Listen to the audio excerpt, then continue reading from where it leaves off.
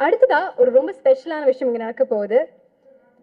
ஈமான் சாருடைய அப்பா இங்க இருக்காரு, டேவிட் கிருபாகர் தாஸ். அவரை அன்புடன் மேடை அழைக்கிறேன். ஈமான் சாரை பத்தி சில வார்த்தைகள் சார்.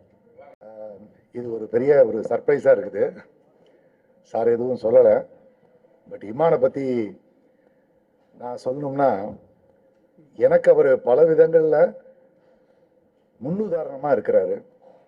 நான் நிறைய விஷயங்களை நான் கொஞ்சம் அவசரமா சில விஷயங்களை நான் யோசிப்பேன். ஆனா இமான் ரொம்ப நிதானமா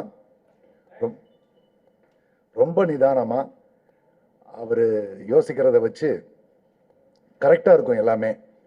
கிட்டத்தட்ட என்னுடைய மனைவியினுடைய நல்ல குணங்கள் அத்தனையுமே இமான்ட்ட அப்படியே இருக்குது, இன்னும் அதிகமாக இருக்குதுன்னு சொல்லுவேன்.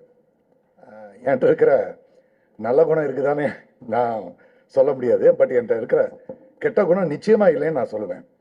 அதாவது நான் அவசரப்படுறது, எல்லா விஷயத்துலையுமே நான் கொஞ்சம் அவசரப்படுவேன். அந்த அவசரம் இமான்ட்ட இருக்கவே இருக்காது. அது ரொம்ப நான் பார்த்து வியந்த விஷயம். இமான் சார் பார்த்திபன் சாரோட சேர்ந்து ஒர்க் பண்ணணும்னு நினைக்கும் போது எனக்கு ரொம்ப சந்தோஷமாக இருந்துச்சு.